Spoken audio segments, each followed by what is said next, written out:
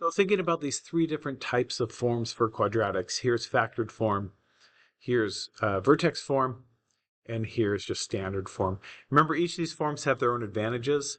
This form, I can look real quick and I can see the x-intercepts, -3, 0, and 1, 0, right? That shows up here and here in the table. This one, I can read the vertex right off of it, 2, 6. Shows up in the graph right here.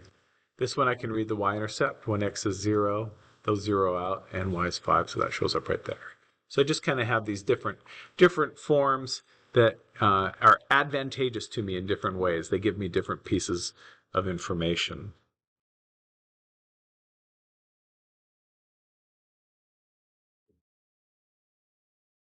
Now, what I want to look at is the growth patterns. How are these things growing off the vertex?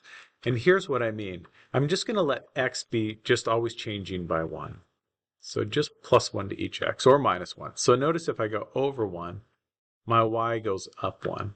And then if I go over 1 again, 1, 2, 3, y went up 3. And if I go over 1 again, 1, 2, 3, 4, 5, it went up 5. And because of the symmetry, notice it does that both ways, on both sides, coming off the vertex.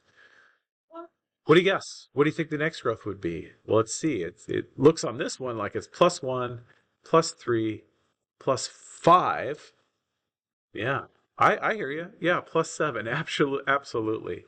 So, and it looks like this would just be consecutive odds. It's growing.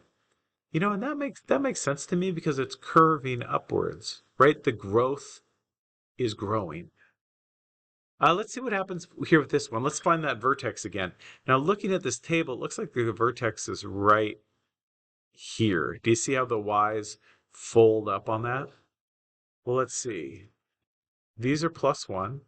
Oh, that's interesting. These are +3. Well, it's interesting to me at least. These are +5. Ah, it happens here too. How about here? Over 1, up 1. Over 1, 1, 2, 3, up 3. Over 1, 1, 2, 3, 4, up 5. Oh my gosh, it happens on all these. So this growth pattern on all of these are these consecutive odd numbers, +1, +3, +5, +7.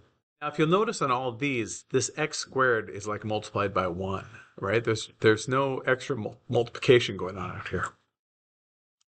So I grabbed some of these so we can look at them too. Here's the graphs for these. So this is x plus 3 times x minus 1, but it's multiplied by 5. So let's see. Here's the vertex for this one.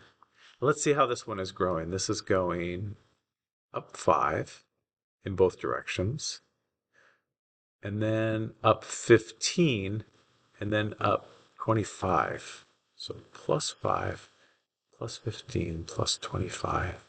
And so on. Let's let that sit for a sec. And let's look at this one. This is multiplied by that -1 out here. It goes over 1, down 3, and then down 5.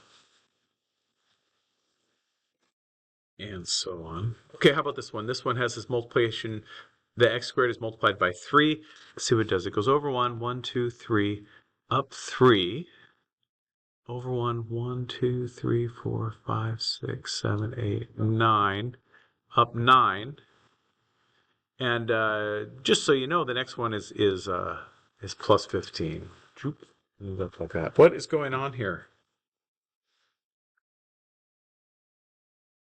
Well, let's see. Our pattern was this. Our pattern when a is 1 is that. When that multiplier is 1. So notice when the multiplier is 5, if I like multiply all of these by 5, instead of going over 1 up, 3 up, 1 up, up 1, up 3, up 5, it goes up 5, up 15, up 25. So this pattern just gets multiplied by that multiplier right there. It like stretches it. How about this -1? It gets them all times -1. How about this multiplier of 3? They're all multiplied by 3. 1 times 3, 3 times 3, 5 times 3. So I can find the growth pattern just by if there's a multiplier out there. So for example, if I had something like